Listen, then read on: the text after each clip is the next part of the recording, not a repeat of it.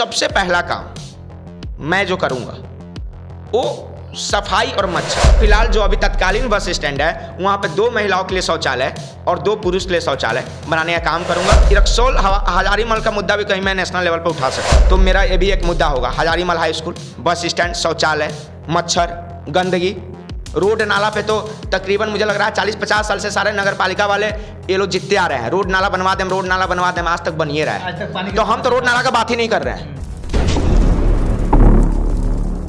नमस्कार, आप देख रहे हैं खबरी और मैं हूं आपके साथ भूपेंद्र कुमार पांडे।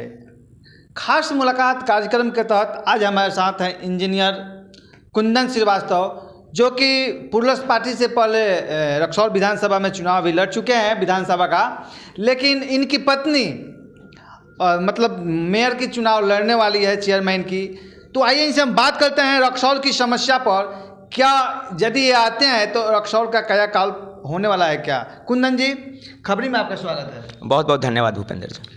कुंदन जी, रक्सौल को जाम नगरी कहा जाता है, समस्याओं का शहर कहा जाता है, कीचड़ नगरी कहा जाता है, न जाने कितने कितने नामों से लोग नवाजते हैं रक्सौल को। लेकिन क्या जब आप आते हैं तो क्या रक्सौल को बस स्टैंड मिलेगा, वहाँ उसमें शौचालय मिलेगा, बहुत सारी मुद्दा है, क्या मिलने वाला है क्या? जी बहुत बहुत धन्यवाद आपका। आपने जो मुद्दा बताया है, जो नगर, ये सारे मुद्दा नगर परिषद का क्षेत्र में आता है।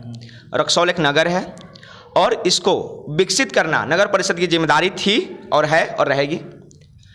जो कि पहले सभी लोग जानते हैं कि पहले जितने भी कार्यकाल में नगर परिषद का कार्यकाल रहा है वो बहुत विवादास्पद रहा है और ये मीडिया वाले रक्सौल की सभी जनता जानती है। जैसे कि भूपेंद्र जी, मैं आपको बताना चाहूँगा, जैसे कि आपने मेरी धर्मपत्नी का पोस्टर भी देखा होगा होर्डिंग में, उसमें साफ साफ स्पष्ट रूप से मैंने बताने की कोशिश किया है, युवा शक्ति की उड़ान, बदलेगी रक्सौल नगर की पहचान। मैं मानता हूं कि कभी कभी जब आप, ये बहुत ही प्रैक्टिकल बातें हैं, कभी कभी जब घर में कोई भारी बोझ उठाना होता है तो हमारे जो बुजुर्ग होते हैं वो बोलते हैं कि घर के जवान लड़का को बुलाओ, ये उठा देगा। आज वही समय है, रक्सौल नगर परिषद का जो ये बोझ है, विकास करने का बोझ, ये कोई युवा शक्ति, कहीं वो इंसान जो सकुशल, दक्ष और पढ़ा लिखा इंसान हो, जिसमें समझदारी के साथ साथ स्किल्ड हो, एजुकेशन हो, जो रक्सौल को एक अच्छा ब्लूप्रिंट बनाकर तैयार कर सकता हो। तो क्या लगता है आपको, जैसे विधानसभा में उतना समर्थन नहीं मिल पाया रक्सौल विधानसभा का, क्या लगता है कि रक्सौल नगर परिषद का जनता आपको मतलब वोट देने वाली है? जी भूपेंद्र जी, देखिए, जब हम विधानसभा में आए थे तो तकरीबन मैं 1 महीना पहले ही आया, ये तो सभी लोग जानते हैं। तकरीबन 3 साल हो गए। मैं उस समय राजनीति में एक बहुत नया प्लेयर था, न्यू प्लेयर बोल सकते हैं। मुझे, वैसे तो मैं कॉर्पोरेट लीडर हूँ, 12 साल से मैं इंजीनियरिंग बैकग्राउंड में, मतलब बहुत बड़े बड़े लोग को अपने, मैं जब मैनेजर जॉब किया हूँ तो बड़े बड़े इंजीनियर भी मेरे अंडर में काम किए हैं। कॉर्पोरेट में भी बहुत राजनीति होती है, मैं वहाँ भी कॉर्पोरेट में भी लीडरशिप स्किल होता है, वहाँ पे मैंने काम किया है। लेकिन जो ग्राउंड लेवल राजनीति की समझ नहीं थी, और मैं बहुत ही नए पार्टी से, जो पार्टी का सोच बहुत ही विकासशील है, एक शिक्षा, स्वास्थ्य ऐसे मुद्दा है, प्लूरल्स पार्टी, मैं उस पार्टी का सदस्य था। उस सदस्य के तहत मैं चुनाव लड़ा। उस समय मैं जीतने और हारने के लिए नहीं लड़ा, मैंने स्पष्ट रूप से एक घोषणा किया रक्सौल में कि एक पढ़ा लिखा आदमी भी आपका एक विकल्प है। लोग पहले बोलते थे कि सारा लोग तो ऐसा के बा, कोनो एगो के वोट दे दें, लेकिन मैंने विकल्प देने का काम किया। विकल्प मतलब लोग को लगा कि एक सही में एक अच्छा पढ़ा लिखा इंसान इंजीनियर है और विधानसभा में चुनाव लड़ रहा है, तो वो विकल्प के रूप में मैं आया उस समय। और उसके बाद से दिन दुनी रात चौगुनी, मतलब दिन रात प्रयास करके मैं काम कर रहा हूं जमीनी स्तर पे। वो आप सभी लोग को पता है, रक्सौल में मैं काम कर रहा हूं। नगर परिषद का जो मुद्दा है इसमें, क्योंकि लेडीज सीट है और मेरी धर्मपत्नी भी ग्रेजुएट ऑनर्स है, बीएड की भी पढ़ाई कर रही है, और तकरीबन जो मेरी अपनी सोच है, शायद मैं अपनी धर्मपत्नी को भी एक गार्जियन के तौर पे उसको समझाऊंगा कि नगर परिषद को इस तरह से बदला जा सकता है। जो सपना मैंने देखा है विकास करने का, जो ब्लूप्रिंट मैंने बनाया है, तो नगर परिषद से मेरा मानना है कि सबसे पहला काम मैं जो करूंगा वो सफाई और मच्छर, पहला काम, ये नंबर 1 में मैं अपने प्रस्ताव में भी लिखूंगा। समय आने दीजिए, जब चुनाव हो रहा है, मैं सबको बोल ही रहा हूँ जनता को। मेरा मानना है कि पहले हम स्वस्थ रहेंगे तभी हमारे पास धन दौलत जो भी है उसका हम भोग विलास कर पाएंगे। या बच्चे हैं, मेरे बच्चे हैं छोटे छोटे, जब लाइट कट जाता है तो उसको मच्छर पूरा परेशान कर देता है। तो मेरा मानना है मच्छर गंदगी से फैलता है। दिल्ली में मैं रहता हूँ, दिल्ली में मेरा फ्लैट है, या सभी लोग रहते हैं, आप भी दिल्ली जाइए और जाके देखिए वहाँ क्या मच्छरदानी का प्रयोग होता है, नहीं होता है। बेंगलोर में होता है, नहीं होता है। तो मुझे रक्सौल से मच्छरदानी हटाना है, रक्सौल में मुझे मच्छर को भगाना है, गंदगी को साफ करना है। उसके बाद जो विकास वाला काम है, जैसे कि बस स्टैंड बनाना। जी, बस स्टैंड, वही बस स्टैंड में शौचालय नहीं है। जी जी, मैं बस स्टैंड है ना, ई रिक्शा वालों के लिए स्टैंड है। मैं भूपेंद्र जी वहीं पे आ रहा हूँ। मच्छर भगाना, गंदगी हटाना, ये कोई विकास नहीं है, ये तो मेरी जिम्मेदारी है। एज ए नगर परिषद के आप अगर भावी सभापति बन जाते हैं तो आप इसको भगा सकते हैं, साफ कर सकते हैं, वो काम मेरा पहला जिम्मेदारी होगा। दूसरा जिम्मेदारी होगा, जैसे कि मैंने देखा है, मैंने खुद एक दो बार मैं भी बस से ट्रेवल किया हूँ, यहाँ से बस स्टैंड से। पहले तो निजी ज़मीन में है, दूसरी बात महिलाओं के लिए शौचालय नहीं है। जैसे कि हमारे बिहार में या पुरुष प्रधान देश में, भारत में पुरुष प्रधान देश में होता है कि मर्द जो है थोड़ा अपना साइड देखकर इधर उधर पेशाब कर भी लेते हैं, लेकिन महिलाओं को दिक्कत हो रही है। तो मेरा जो डेवलपमेंट के नाम पे, ये तो मेरा काम हो गया जो मच्छर वाला, गंदगी वाला, और वो जो डेवलपमेंट के नाम पे जो मैं पहला काम करूंगा, वो सरकार के फंड आने के बाद पूरे जनता के सामने बैठकर प्रेस कॉन्फ्रेंस करके और उनके सामने ये बस स्टैंड बनाने का काम करूंगा। और फिलहाल बस स्टैंड तो बनाने का प्रस्ताव में टाइम भी लगेगा, मान लीजिए जमीन लेना, चिन्हित करना और ये सब जो नगर परिषद में होगा। बट फिलहाल जो अभी तत्कालीन बस स्टैंड है, वहाँ पे 2 महिलाओं के लिए शौचालय और 2 पुरुष के लिए शौचालय बनाने का काम करूंगा। जितने जो भी निजी जमीन है, माननीय विधायक जी, पूर्व विधायक जी श्याम बिहारी प्रसाद जी का, या इन लोग से मैं आग्रह करूंगा, अगर मैं बनता हूं तो आप लोग थोड़ा सा मुझे इसमें मदद कीजिए, मैं 2 शौचालय बनाने का काम करूँ। अच्छा कुंदन जी, एक बात और है, आपने चंपारण मांगे एयरपोर्ट का ट्रेंड कराया था तो उस पर संज्ञान भी सरकार ली है, लेकिन हम चाहेंगे कि आप एक और मांग कीजिए कि रक्सौल से बेतिया नरकटियागंज भाया सिकटा होकर के कम से कम बिहार राज्य परिवहन। नहीं, बहुत सही मुद्दा उठाया आपने। मेरा मानना है यहाँ से बेतिया 55-60 किलोमीटर है, और जो प्राइवेट बस है उसका 100 रुपये तकरीबन भाड़ा है, और जो सरकारी बस है 80 रुपये भाड़ा है, जितना मुझे पता है। लेकिन सिकटा सिर्फ 10 से 15 ही किलोमीटर होगा, बट इसका भी जीप उप और ये वाला टेम्पो पूरा 100 रुपया लेते हैं, ये गलत है। सबसे पहले बात कि रक्सौल में एक ऐसा सिस्टम हो जो भाड़ा का तय करे कि सरकारी बस इतना भाड़ा लेगा, प्राइवेट बस इतना लेगा, सरकारी अस्पताल इतना लेगा। मैंने एक उदाहरण के तौर पे बोल रहे हैं, ये भाड़ा तय होना चाहिए। अब मान लीजिए सिकटा 15 किलोमीटर है, इधर से जा रहा है जो जीप जा रहा है उस 100 रुपया ले रहा है, यहाँ से बेतिया का भी 100 रुपया लिया जा रहा है, तो मतलब ये गलत है। 15 किलोमीटर का 100 रुपये कहीं से भी भाड़ा नहीं है, सरकारी तरीके से या प्राइवेट तरीके से। तो मेरा मानना है कि जो बिहार राज्य पथ परिवहन निगम का जो ये बस है, जो बिहार सरकार चलाती है, उनका तो मतलब बेतिया, इधर मोतिहारी, इधर चलता ही है, मुजफ्फरपुर, पटना। मेरा मानना है कि मतलब मैं इन लोगों से आग्रह करूंगा कि नरकटियागंज सिकटा, भाया सिकटा नरकटियागंज, ऐसे भी क्षेत्र को जोड़े, क्योंकि इधर भी ट्रेन नहीं चलती है और ये क्षेत्र एकदम सूना पड़ गया है। रक्सौल, सिकटा, मरजदवा और जदवा जो ये छोटी लाइन वाला पहले थी, ये चीज़ एकदम सूना पड़ गया है। मतलब इधर का कोई माई बाप नहीं है, 100 रुपये का 200 रुपया वसूल लिया जाता है समय पड़ने पे।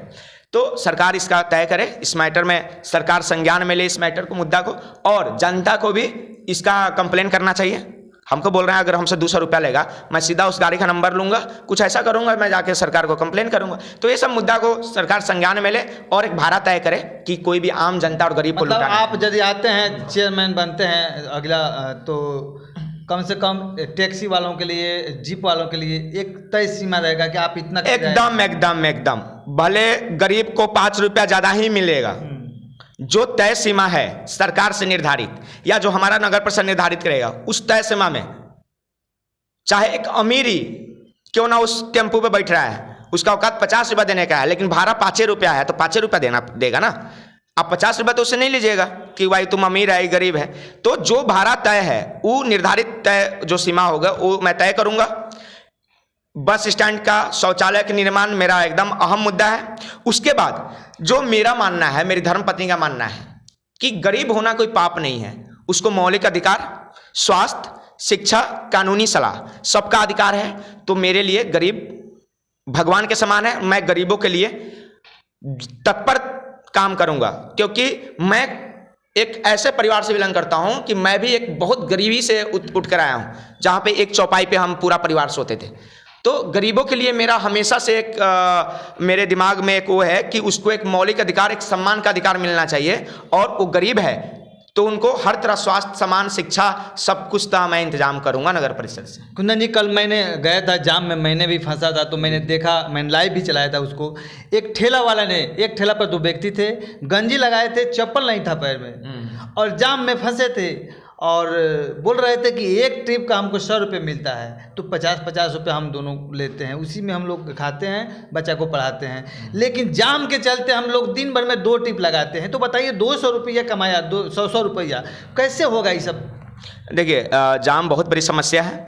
लोग समझ रहे हैं जो अमीर वर्ग हैं, जिनके पास मोटरसाइकिल है, कार है, बस है, ट्रक है, उनको लगता है सिर्फ ये जाम है, और जो पढ़ने वाले बच्चे हैं स्कूल तक नहीं पहुंच पा रहे हैं। तो जो हम लोग के घर के बच्चे जो पढ़ने जा रहे हैं, हमको इतना लगता है कि जाम है, हम लोग को बहुत कठिनाई हो रही है, हम लोग का पसीना निकल रहा है, या बच्चे पढ़ नहीं पा रहे हैं, या स्कूल का परीक्षा नहीं दे पा रहे हैं।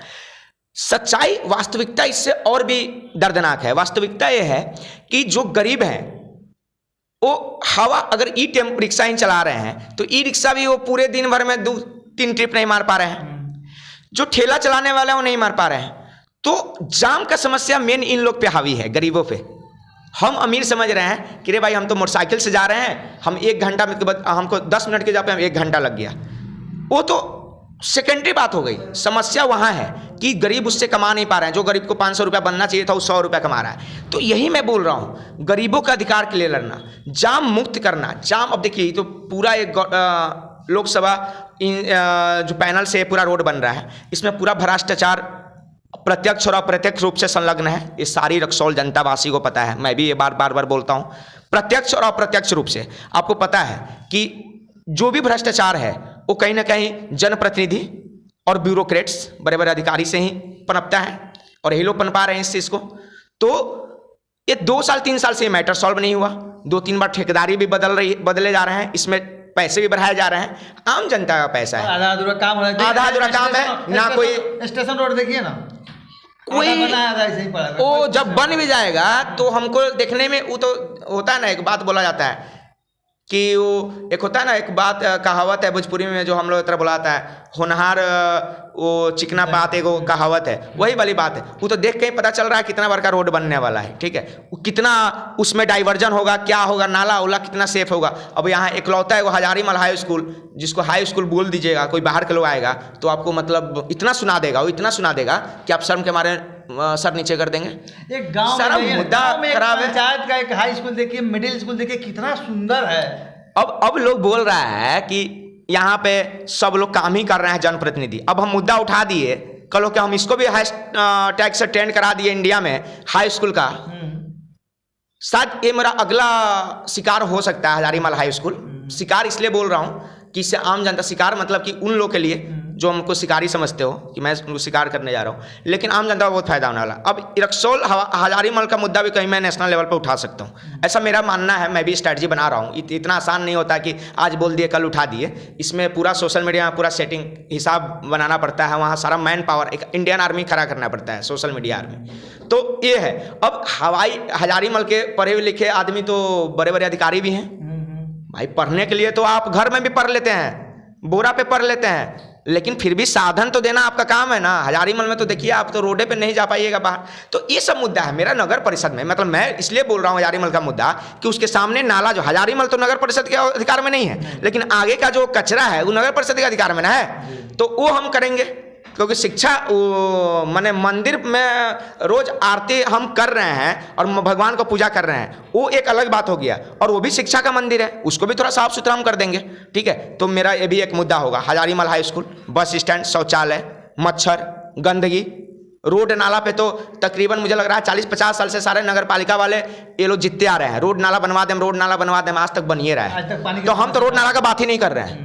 हमको तो 2-3 चीज़ से नफरत है। वो तो मच्छर से, गंदगी से, शिक्षा अगर अच्छा से नहीं मिलेगा उससे नफरत है, बस अड्डा में महिलाओं को सम्मान नहीं मिल रहा है, शौचालय नहीं मिल रहा है, बस ही नहीं है, बस अड्डा ही नहीं है सरकारी, इससे नफरत है, भाड़ा उल्टा पुल्टा हो रहा है, इससे नफरत है। तो इस मुद्दा पे मैं अपना काम करूँ। चलिए, आप भी कमेंट कीजिए। अगली बार अगर कोई समस्या आपकी नज़र में हो तो आप कमेंट जरूर कीजिए कि अगली बार फिर हम कुंदन जी से खास मुलाकात करेंगे, तो उस आपका जो क्वेश्चन होगा, सवाल होगा, उसको हम कुंदन जी के पास रखेंगे।